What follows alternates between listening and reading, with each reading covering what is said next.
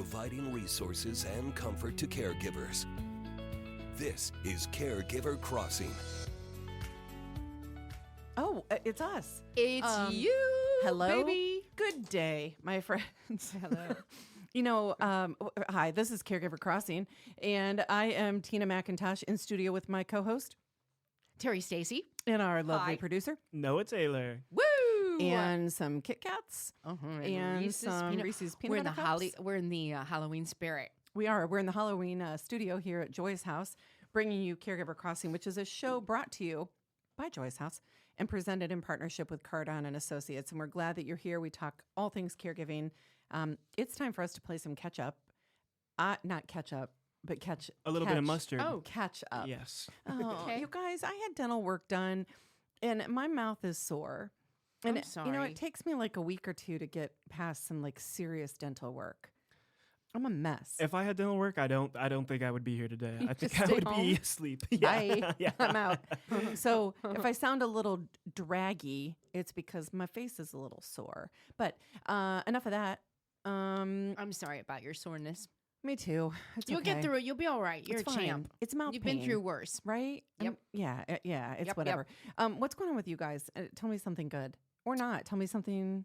Just tell me something. I can tell you something very good. I got to go to one of my friend's weddings over the weekend. Just really lovely experience. It was actually my first time at a Greek Orthodox wedding, and it was very interesting. Was it? And the venue was lovely too. Very beautiful. Shout out to Jalen and Claire. Oh, congratulations to them. Congratulations. My understanding of a Greek Orthodox wedding is beautiful ceremonies and party. That's what I'm Absolutely thinking, both. too. Yeah, it That's was my perception. Wonderful wedding, even better reception. Yeah, I'm sure. Time to celebrate. Yes. Oh, that's great. And Noah, you are, you're young, you're fresh in your career here at Joy's House. And so is this your first close friend to get married, or have there been others? I've had one or two others, but it's just like starting where all of my friends are starting to get married, and I think this is the beginning of it. Yeah. I wonder, for the sake of like the show that we do here, where, all things caregiving, how often do we as caregivers stop and ask somebody, tell me about the first time you fell in love, or tell me about your wedding day, or, you know what I mean? Mm-hmm. Like, do we do that enough? Do we do that enough? I don't know. I'm pretty nosy. I ask a lot of questions of everybody, and to the point where they ask me, they say, "Are you interviewing me?" That's always the end question from them when they get to ask. When they finally get to respond, they say, "Are you interviewing me?" Yes. Because I'm pretty nosy, so I do ask those kind of questions. Probably not as often as I should. But I just, like sitting with at the friends. dining room table, Right. if my grandmother were alive, like I never asked her, tell me about the day you fell in love with Yeah. Grandpa, or tell me about your wedding day. Do it while you can. Right. Do it while you can. And yeah. So Because we wait too long. I told you that Jeff and I just got back from Scotland. I'm fully recovered from that wonderful vacation now. But one of the things, my husband, who I've been with for about 25 years, he played along with a little game with me where I said, while we were driving, we drove almost 1,000 miles that week in Scotland. And I said at one point, pretend we don't know each other and just tell me about your grandparents. Oh, that's cool. And he played, and it was great. And I remembered things that maybe I learned decades ago that I'd forgotten, or just learned new things. And it was really lovely. We did it for grandparents, parents, siblings, and cousins. And it was really fun. And that was kind of a trip to go venture out and see where you came from, right? Well, it was For very him? much for him. We're Macintosh, and right. so, Macintosh. Right. And I mean, he had a kilt. Didn't he get a kilt He in the got a whole kilt film? Right. I made. mean, this was such a great thing for both of you, but for him in Yeah. particular. To stand, we see- found the burial site of the 30th clan chief for his particular clan. I love that. And that was really cool. Like, just stand there and know that the Chief Lachlan had stood in that same spot Yep. and looked over the land. But just, so I found out that I knew I was a lot of Scottish too, but I found my heritage. And so I am Clan McFarlane. Yes, that's right. That sounds very, very professional. McFarlane. Yeah, It is, and yet I believe from my little research and people I talked with, we weren't maybe the nicest clan. Like, we would steal your sheep Okay. and your wife. Ah. Yeah. Can I tell you a story about Tina? if I may. I would That's love to it. hear I'm it. leaving. Let's tell the world. Tina, several years ago, she wanted to know what she was. Because all of her life, she thought she was Native American. I was raised Native American, Terry. I didn't think. I knew. So she did the DNA thing, and she was so sad because I don't believe there was there any Native American blood? 0%. Absolutely not a drop. This is I'm not laughing.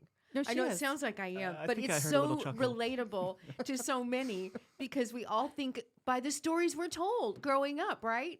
Like I'm 100% sure that I'm related to Abraham Lincoln. Yeah. Terry, I had moccasins.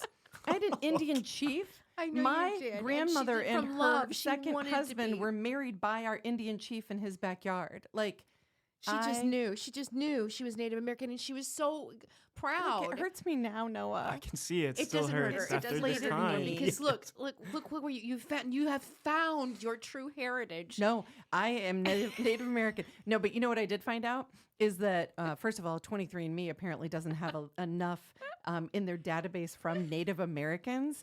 And so those of us who are actually Native American, like me, maybe doesn't show up on our test results. They don't have enough It's a statistics true yet. story. No, I'm not looking at Terry. I'm not making eye contact I completely with her. believe it. So here's the other thing. And I know we really are going to get to the show, I promise. But the other thing is, I did find out that the Knox and Kaufmans, which were my people, when they were in Scotland and Ireland, they ended up coming through Canada. And I'm sure one of them hooked up with a native Canadian Indian. And that is my family. gosh, and then they migrated down through Seattle. It all makes This sense is why I now. love This her sounds so. completely plausible. This is why I love her I completely believe She's you. not giving it up.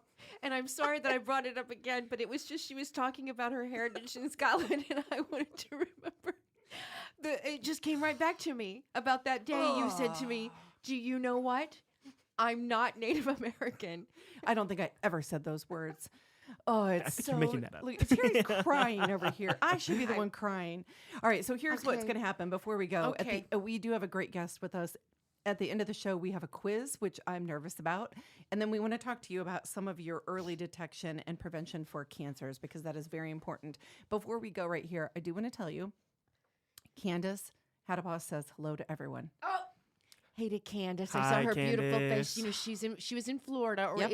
her home is in Florida after she left here. Yep, that's right. Went to Florida, and obviously because of the hurricanes, she evacuated, and we kept following her to make sure she was safe, and she is. She's safe. and All is well. All is well. Sweet Candace, and she saw that somebody had posted on Facebook that they missed her on the show. Noah's doing a great job. It's easy to also miss Candace. We can do both, Yep, right? we all Sure miss you And, Candace. and they missed her, and so Candace was really touched by that and said, "Tell everybody I said hi."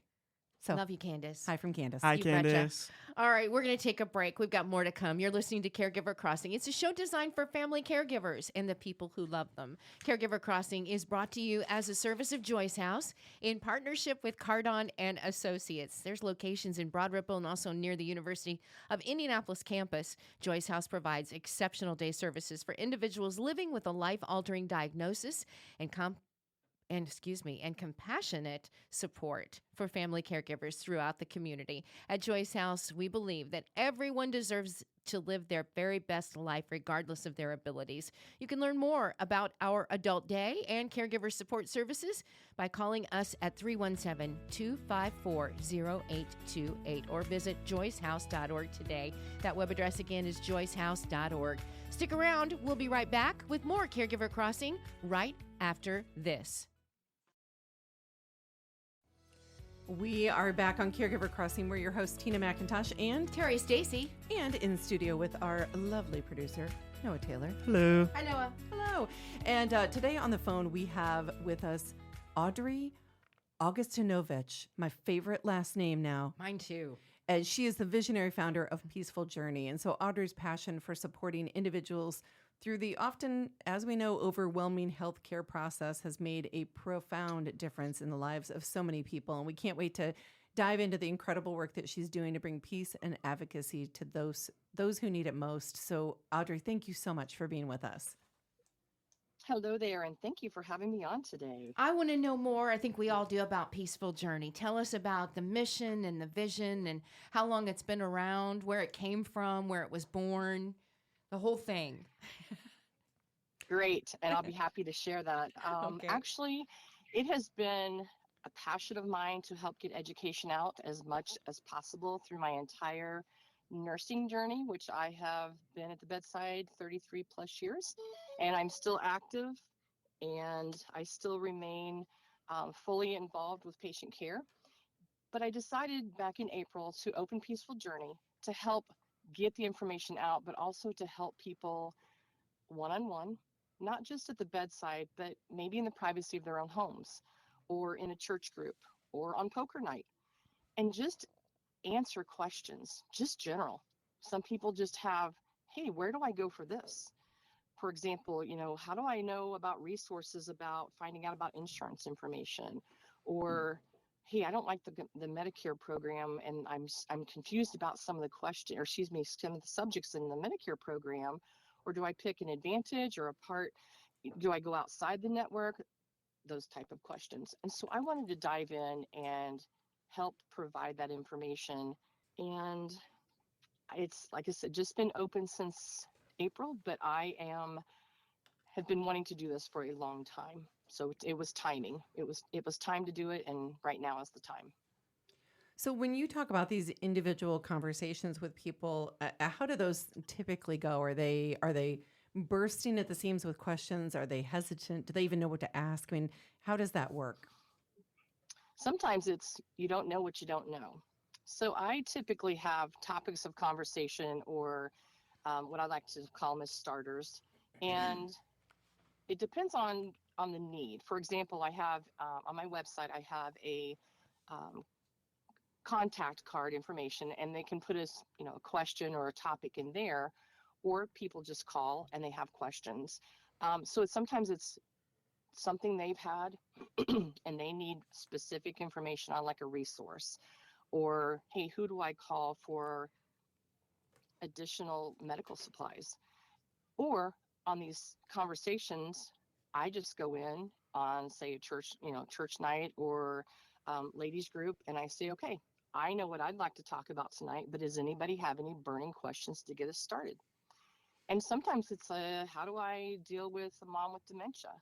Where do I go get specific medical supplies if I can't find them, or the doctor is unable to provide them through insurance and the insurance won't provide them? So it can range anywhere from something so simple to something so complex. So I'm hearing you say all this, and all these thoughts are coming into my head. You're like, for those of us who have had to go through a healthcare journey, you're like a healthcare navigator, or you're also a geriatric consultant. You're like a personal concierge. Like, are there words that you use to describe the work that you do? I like the word advocate. So it's not, concierge is a great term, but I also want to be able to be available for everyone, not just private pay. So sometimes people hear concierge and they hear private pay.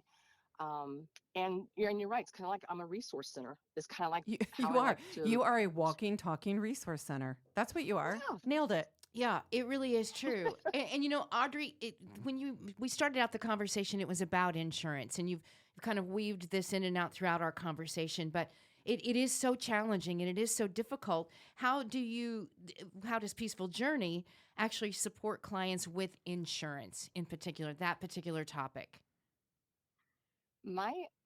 Just to give you a little bit of background, not only am I a nurse, but I do have a healthcare law degree. And so I have kind of an extended portion of digging into contracts. That's one of my favorites. And so I also like to go through explanation of benefits and look for things that weren't necessarily provided or given. Pure example, I had a family friend asked me in conversation, she said, hey, could you look at this explanation of benefits? We don't use these supplies, and I don't even know who this doctor is. So I looked at it. Now, mind you, these are two older adults in their late 70s, early 80s, husband, wife, and each of their explanation of benefits used catheter supplies, $1,200 a month worth Oh, for my. 6 Oh months. my gosh. And I simply asked her, I said, when did you start using a catheter? Because I know this lady, have known her all my life since I was a little kid. And she looked at me funny. She's like, now, you know, I don't do that. I said, I know, but I'm just clarifying to make sure I can rebuttal this. Wait a minute. And so what I did. Are you telling me I should be looking at my explanation of benefits? I think well, maybe. I mean, it sounds like. Yeah, this is a good example, because what I did for her is I actually wrote down the steps and allowed her to take care of it, because it was something very simple that she could do. It also was something like she needed to feel that empowerment that she could get it done herself. And so the doctor wasn't one of her docs, so she called her family doctor and appealed it. She called Medicare and appealed it to them as well. And lo and behold, the next month it was all taken off and reimbursed back on their bill. Yeah. I'm glad it was just that simple. I mean, it sounds like simple, right? But I mean, how many of us really are paying attention to these lengthy bills that come our direction? You just look at the bottom line and then you swear, and then you say, "That's what I've got to pay. This is what we got to do." Right. You don't really question it oftentimes. You're right, and you're exactly right with that. And it was very simple, and it was taken care of in 4 phone calls. Yeah. And so that was great, and it was great to see that she actually followed through with it, and that people on the other side were receptive to her calling and questioning it. Right. Now, Audrey, do you get paid? Yes and no. Okay. I have learned throughout my entire life, and I've been given the opportunities to go to seminars and to travel all over the country. I was a traveling nurse before settling back down, and I have an ER base of 30 years plus EMS. I was a cruise ship nurse, a flight nurse, and everything in between. And I feel very passionate about this, that I'm okay with giving back. If people just have questions, people have, hey, can you just show me how to do this? Or can you help me walk through this? I'm okay with that. It's when I obtain a guardianship, or when I obtain, helping contract work with, hey, can you help me with this? It's a little lengthier process, or we do an appeal and I'm involved with the appeal, then yes, I would actually receive an income from that. Insurance won't cover me. So it's one of those, it's a private pay. But you know what? It's also, I'm rich in knowing that I can help people with this. And it has paid off, because I have been introduced to different collaborative partners. Actually, Applegate Dillman is one of my collaborative partners in aging. And I have worked with Dr. Michael Miller. He's actually one of the hospice docs I work with. And so I've had all of these incredible people come in as partnerships where I can help them as well. And so then that's where the difference in, I don't necessarily get paid for my talks, and I'm okay with that. If someone would like to donate, then I take those donations and pick, like this is Breast Cancer Awareness Month. I pick breast cancer awareness, and I take those donations from conversations or talks, and I pass them on. I love it. Audrey, so it's a little... You're just a good human. Audrey at Peaceful Journey. We're going to have to take a break. We will be back in just a moment with more from Audrey. You're listening to Caregiver Crossing, a show designed for family caregivers and the people who love them. Caregiver Crossing is brought to you weekly by Joyce House in partnership with Cardon & Associates. We're here every week to bring you support, education, and hopefully a good laugh. Visit caregivercrossingradio.org to connect with us, hear past episodes, learn more about caregiver support resources in the community, and much, much more. That website again is caregivercrossingradio.org. Don't go anywhere. We'll be right back with more Caregiver Crossing shortly.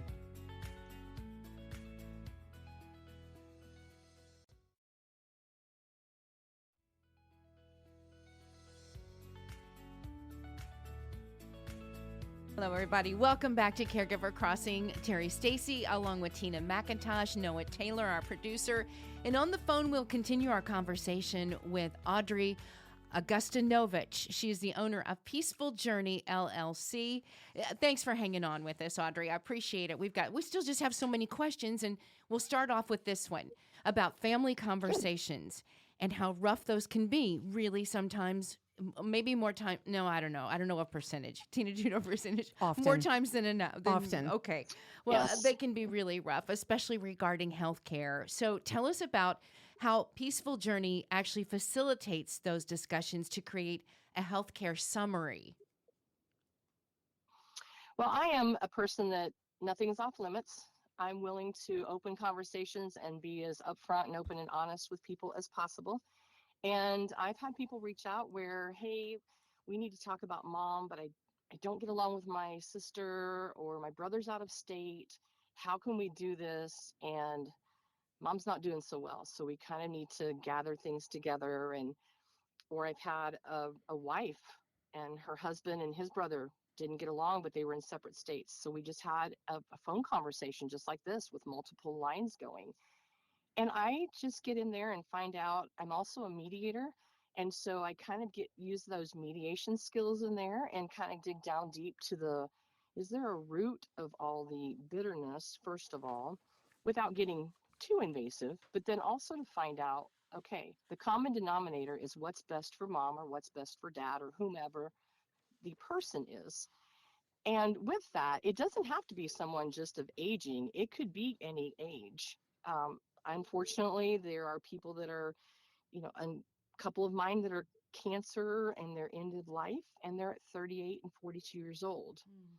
So it's also not age discriminatory. Oh, that's the truth. And do you have maybe a success story that you're able to share?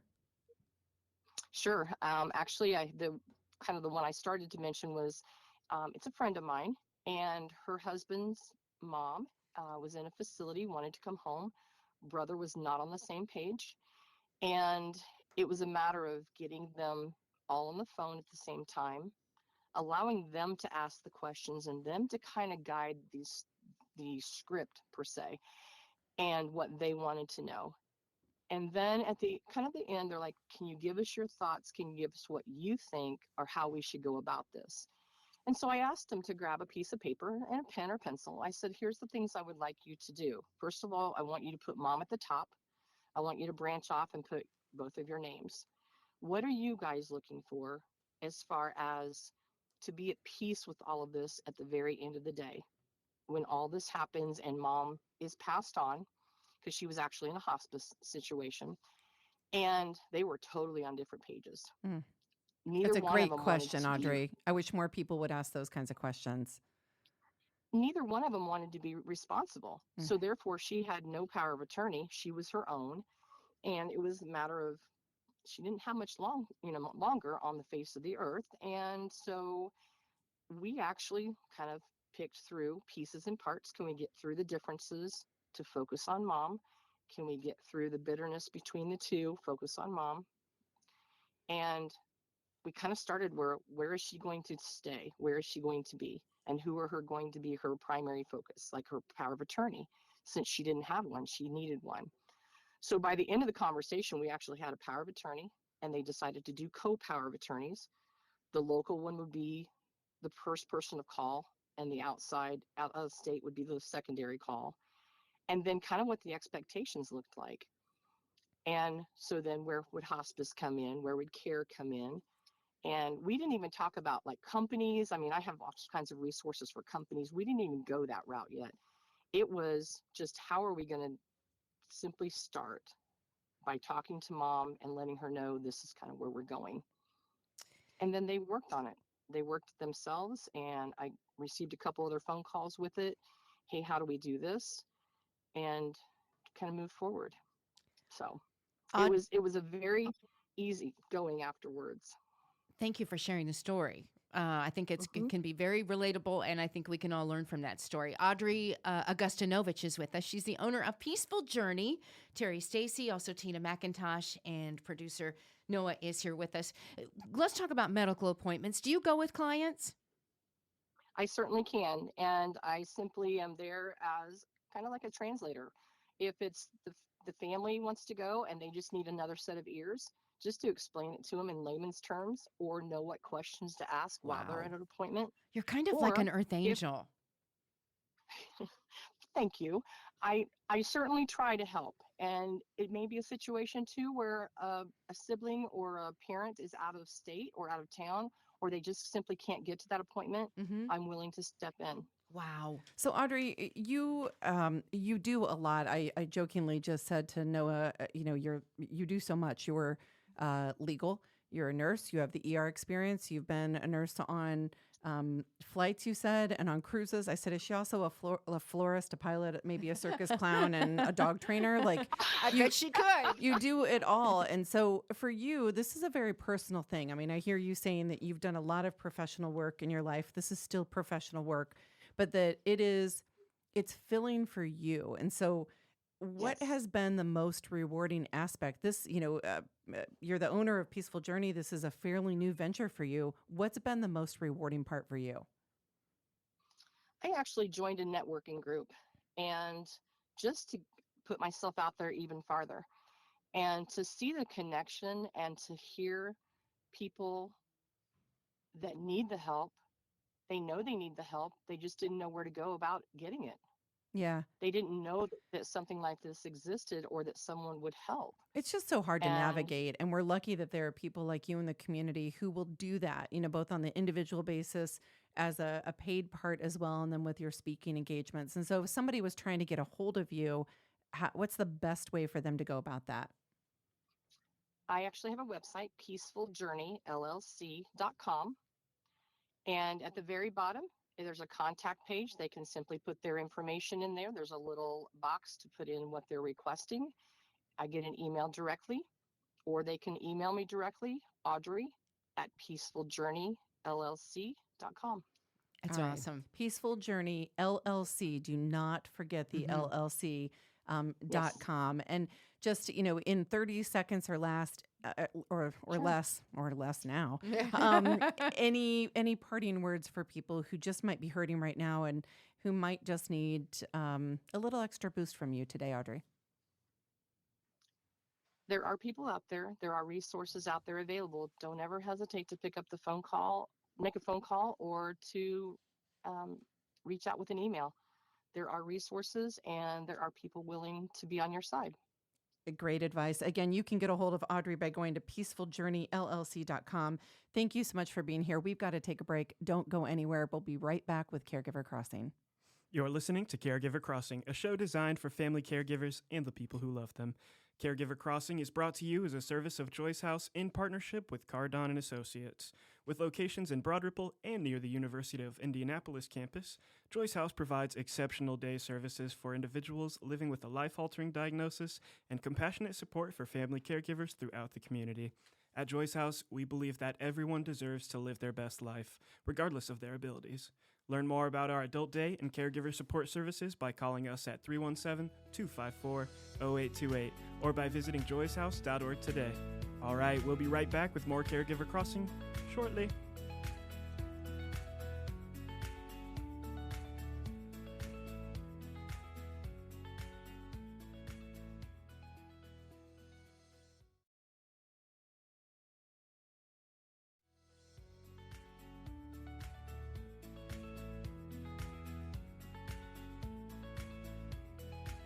So Terry brought back up my Native American not being Native American thing. I feel bad about her. No, you don't. I don't. You guys, she was crying so hard, or laughing so hard. In she was sadness. crying right before we came back on air. In sadness. She opened with it, and now she's going to close with it. No, I won't. It's a story that I you know how you have your good friends, and there's just stories. I'm your good friend. Right, you're my good friend, and that story, I've known you a long time. That's one of them I'll never forget. Do you know what a good friend does? What's in that? rebuttal? No. They give you the quiz. So here we go. Now Noah, you can play too. You. All right. That's I'm ready. right. I'm the quiz master. I didn't want to do it, so now I'm doing it.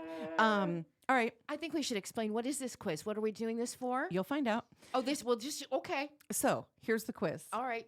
Number 1, you are a caregiver only if the person lives with you. True or false? Oh, you are a caregiver false. only if the person lives with you.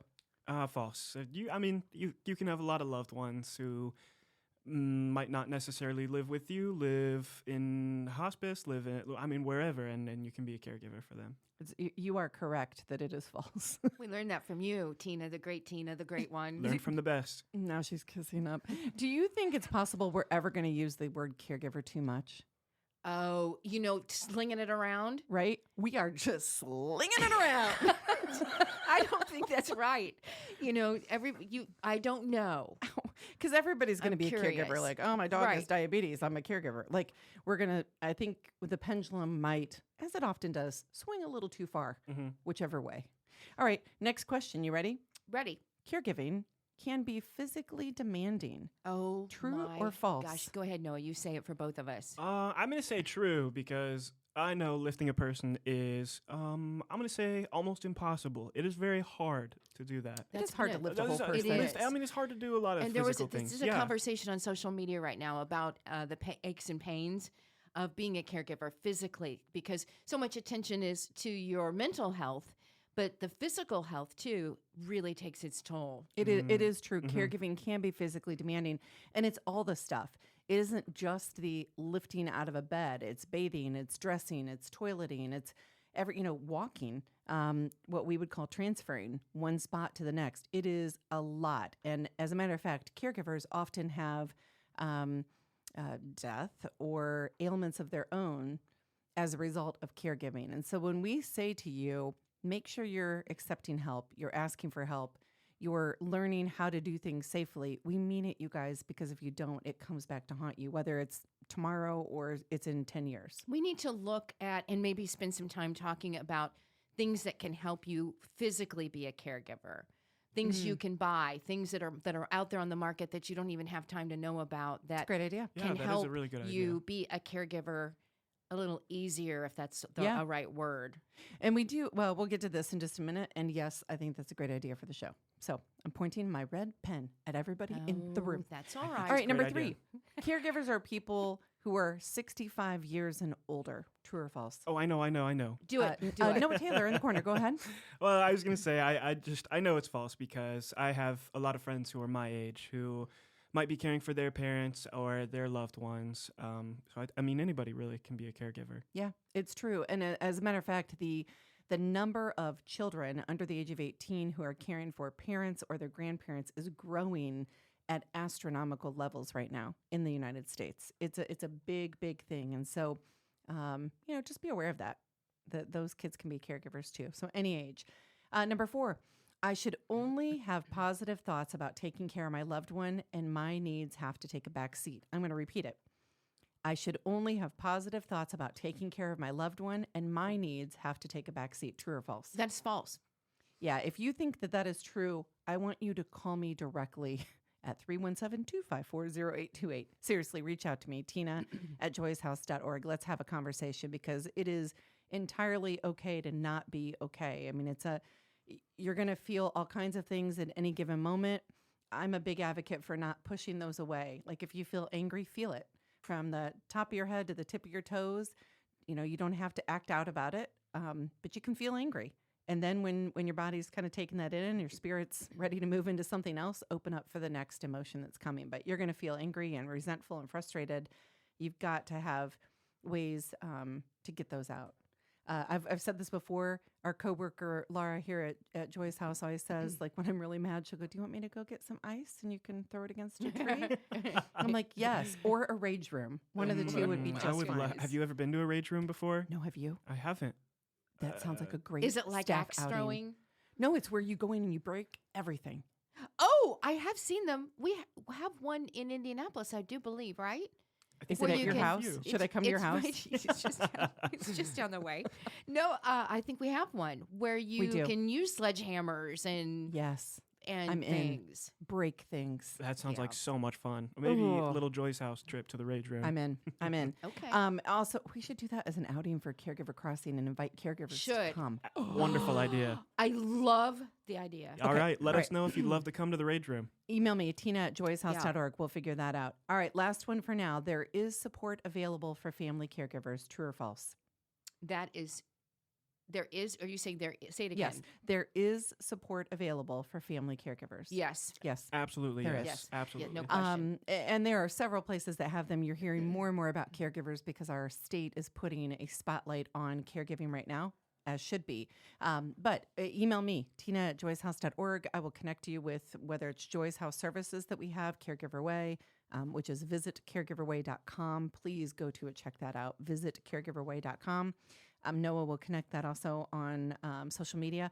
Or if it's other services we or friends of ours have available, we'll put you in touch. And so we're going to have to close the show just here in a minute. We do want to talk very, very briefly about make sure you're talking with your medical professionals about early detection and prevention for cancers that, whether it's breast cancer, colon cancer, lung cancer, testicular cancer, neck cancer, and HPV positive head, cervical, prostate, skin cancer. See your doctor, talk with your doctor if something just seems out of the norm, because we want you to be well and stay well. And so I know I did that really fast, but we're going to have to run. We told you how to get a hold of us, and we have somebody we need to thank before we go. Let's do it. Caregiver Crossing is supported by Cardon and Associates. Thank you, Cardon and Associates, with 20 continuous owned. Oh my goodness. With 20 communities owned, operated, or managed in the Midwest and more than 40 years of senior living experiences, Cardon and Associates provides residents with the best senior living options and personalized service. Until next time, everybody, take good care of each other.